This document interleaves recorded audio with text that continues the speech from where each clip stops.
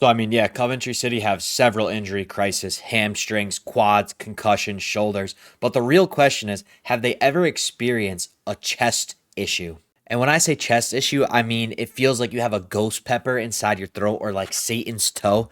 That's real pain. They don't know anything about that. One like equals one prayer. What is going on, people? Welcome back into the channel. It is December. We are going to match preview Coventry versus Ipswich Town, the much anticipated matchup of the two teams that maybe one of them was definitely expected to be in or near the top. And turns out it's actually the exact opposite right now. Coventry City sit at the top of the table in an absolutely anomalistic season, if that's a word or not. Ipswich Town are sitting in, where are they after this match against Blackburn? 7th? Yeah, they're sitting in 7th place just outside the playoff. Despite being outside the playoffs, they are no slouch of a team. They have 28 points on the year. They have 30 goals scored, 19 goals conceded. Obviously, I don't even know why I said that, no slouch of a team. Their team costs £200 million, the most expensive team in the championship, just edging out Southampton. And they were back at the beginning of the season. They are not exactly living up to that potential right now. It was a very interesting game. The game against Blackburn just ended. It was a 1-1 draw, so both teams split the points there. Ipswich gave a really abbreviated lineup, so you can see that they are putting their eggs in the Coventry City basket. We'll just quickly take a peek at that. So that's the team they went with there. You could probably count, let's see, 1, 2, 3, 4, 5-ish players out of their normal 11 that wouldn't started in this game, which is, to me, that makes no sense. I understand that you have a quick turnaround to a game, but wouldn't it be easier to pick up all 3 points in this game compared to the Coventry City game? They drew this game. I mean, just slide down to who they brought in off the bench. This might be the most valuable bench in championship history. Cahuste, Marcelino Nunez, George Hurst, Philogene, Igeli, who got the late equalizer goal. You can pretty much guarantee all these guys are going to be in the starting 11 against Coventry, especially George Hurst and Jaden Philogene. Hint, hint, we will talk about Jaden Philogene as a player to watch later in this video. And before we break it down, I'll just run you down with what we're going to do today. I am Joner, I make EFL Championship content. We are going to go through Coventry City's predicted lineup, Ipswich Town lineup, injury news, predictions, best bet for this game. It's a new little section I'm going to be adding in, and just a total overall analysis, statistical, subjective, objective breakdown of this game. Please, if you're not subscribed to the channel and you enjoy my content, hit that sub button. Can we please get to 1,430 subs? 100 likes, please. If you haven't seen by now, I'm probably just putting the announcement out now. I'm doing a calorie challenge based on this game. 2,000 calories per challenge. So please pray for me. And let's hope this isn't like a 7-1. Well, I guess I'd take a 7-1, but you know what I mean. Let's get a couple goals, nothing too crazy. So let's get into it now. Like, comment, subscribe, watch my stream on Saturday.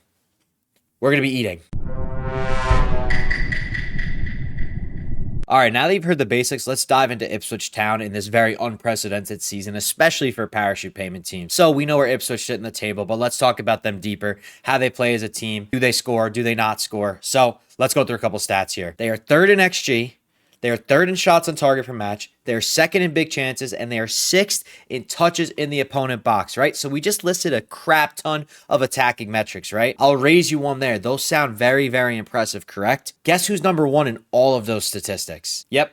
Coventry City. So while Ipswich have shown that they have a very strong attack, the money says so, the names say so, and a lot of their results do say so, Coventry City have proven to be better in all of those metrics than Ipswich Town. One thing that Ipswich Town do have on Coventry, which if you've been in this channel before, you know, I'm not a fan of possession, but Ipswich do now have the highest average possession in the league, and I think that just goes to show that teams are giving them a lot of respect because, you know, you look at the team on paper, you look at the team financially, they're worth more than everyone. They should be scoring goals. I mean, they are, to be completely fair. I'm not trying to drag them down at all, but they're not performing to, you know, the level that maybe they should be. But teams are going to sit back. Teams are going to defend. This past Friday showed the exact blueprint of how to beat Ipswich is sit back, absorb the pressure, defend, frustrate them, and then when you get those chances, capitalize on the mistakes, take advantage, and be clinical. So that was just one way to beat Ipswich. Do I think that's what Coventry City are going to do in this game? I wouldn't necessarily say so, but it does give you an idea of one of the ways that Frank Lampard could play this match. So we talk a lot about attack here. Let's look over to the defensive side to see how they've been this season.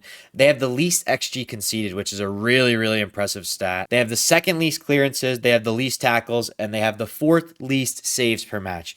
So safe to say they're not really doing too much on the defensive side in the sense of they just have the ball. the entire time, so they don't have to do much. We know there was an injury to their keeper, Alex Palmer, about a month and a half ago. Christian Walton has stepped in. He's actually had 3 clean sheets in 8 matches, which, funny enough, is actually tied for the highest clean sheet percentage. Yes, it's only 8 appearances, so, take that, what you make of it. It really doesn't matter too much. It's not going to be a stat that he's going to go home and tell his wife and kids about, but it is interesting to show that at least maybe if it wasn't an upgrade, it wasn't necessarily a downgrade. Injury-wise, Ipswich have actually been one of the cleaner teams this season, so we obviously mentioned the keeper injury, but also their one big loss this year was Sammy Smodics, who we know has lit up the championship multiple times before. He is out for at least another couple months. Other than that, though, they are relatively unscathed in that side of things, which is a very contrast and different thing with Coventry City. Coventry City-wise, there are a lot of question marks in this game, specifically in the attack. It's really crazy to me how much resilience this team has shown with the amount of attacking injuries that they've had. Earlier in the season, we lost Jack Radoni, Tatsuhiro Sakamoto, Efron Mason-Clark. They all battled their way back to injury. In that battle back, Brandon Thomas-Asante and Haji Wright stepped up. Now, both of them are out. Haji Wright and Brandon Thomas-Asante's hamstring and quad came off the bone. No, it didn't come off the bone. It was Thanksgiving, and I was seeing a lot of those. You guys wouldn't understand. But they're injured. They're not going to be back for this game. Brandon Thomas-Asante is probably going to be out until 2026. Haji Wright could be back in the next couple weeks or so, and we will definitely need him. I mean, Ellis Sims has been on the form of his life right now, so it'll be interesting to see. But a little healthy competition won't be too big of a deal. It also matters that, formationally, Frank Lampard is a bit tied up depending on who is available for this game, as you only have one striker. And I mean, really, with Brandon Thomas-Asante and potentially Sakamoto out, you have 1.5 wingers. You'll have Efron Mason-Clark and Jack Radoni. We'll get into my lineup in a second. I really want to work through that with you guys on camera because I'm not exactly sure how this game should be approached. The question is Frank Lampard going to respect Ipswich and go with a 5-back, which we know has worked before on the road against Pompey away when, that was rumored to be one of the difficult away games, ended up not being too hard. Is he going to take the Stoke City Middlesbrough approach and say, I'm going to put my best 11 on the field, and if you can stop it, good for you? So we have to work through that. We'll switch over to that now. I know I mentioned I was going to go straight into the lineup, but I need to just kind of work through something here, and I just want to show a couple examples of heat maps and things that I'm worried about in my team selection for this game. Sorry if you hear the siren. Damn, they must have found out Tito robbed an entire supermarket of 500 cans of cat food. Anyways, let's look at this heat map right here. So this is down the left-hand side. This is a attacking wingback for absolute sure. You could probably see 50% red on either side of the pitch. So that's something that you definitely want to take into account. Now, any guesses on who this is? If you guess Jay Da Silva, you're wrong. It is actually Leif Davis. Leif Davis has been a really important part of Ipswich Town in, their double promotion and also now in their championship season. Him and Jaden Philogene down that left-hand side, I think, is probably going to be the area that scares me the most. Jaden Philogene, we know him. He's got so many take-ons. He's got so many shots on target. He's actually got the 3rd most shots on target per 90 in the entire league. Ipswich Town take a lot of shots. Marcelino Nunez has over 4 shots per 90. So they're going to hold a lot of possession and they're going to take chances. We've seen Jaden Philogene score some absolute bangers. So you cannot switch off on him on an absolute second or else he could punish you. And then you also have to worry about Leif Davis booming down that left-hand side. I'm not as worried down the right, even though Coventry have been a little bit weaker down the right side than the left side. Let's look at Furlong. So Darnell Furlong is not going to offer you as much as Leif Davis. Not saying he doesn't offer anything down that right-hand side, but he's going to be a little bit more conservative with his approach. Hence why I'm so nervous about that left-handed battle. Tatsuhiro Sakamoto needs to be fit or else Coventry could be in big trouble this game. And one last little graphic, just a quick comparison to Milan Van Uyck. So you can see Darnell Furlong is nowhere near as pressing forward as Milan Van Uyck. Milan genuinely sets up as a wingback despite Coventry playing a 4-man back line. So this is the lineup that I'm going to go with, the 4-3-3. I'm just going to hope that Sakamoto's concussion protocol has been cleared. And, a couple people said that they spotted Radoni going down the tunnel, holding onto his shoulder, which he's aggravated in the past. I'm just going to hope that he's going to be okay there. I haven't heard too much. We know, Frank is very professional. He's radio silent with things like this. Obviously, you don't want to give a competitive advantage away. But I'm just going to hope that those two guys are fit. If Sakamoto is not fit, I think there's a very realistic chance that Coventry do not win this game. I think there's a chance they don't win this game regardless, but Sakamoto's defensive help with that Leaf Davis, Jaden Philogene combo, because we obviously know those two are going to be starting, is going to be very, very difficult to play against as a one-man. Milan, especially someone like Milan who likes to push up and get on the attacking side of things. But I think it just makes the most sense to just go in, with your firing squad, your best 11. You could bring Wolfie in, play against his old team. But also, to be fair, the last time that an Ipswich Town center back that departed played against them, he scored 2 own goals. So I don't think that that's going to be a part of the selection process and the analyzation that Frank is going to do. But maybe we stay away from that for the vibes. If you want to shift into a 5-back, which Frank has been so good at knowing when to do that, that's more than fine. I'm totally okay with that. But I think we just start off with what we have here. Another concern is that, Mason Clark tends to drift off after 60 minutes in games. Do you consider bringing on Kessler Hayden? Can Sakamoto play down the left-hand side? I'm not exactly sure. We know Radoni can play down the right-hand side if necessary.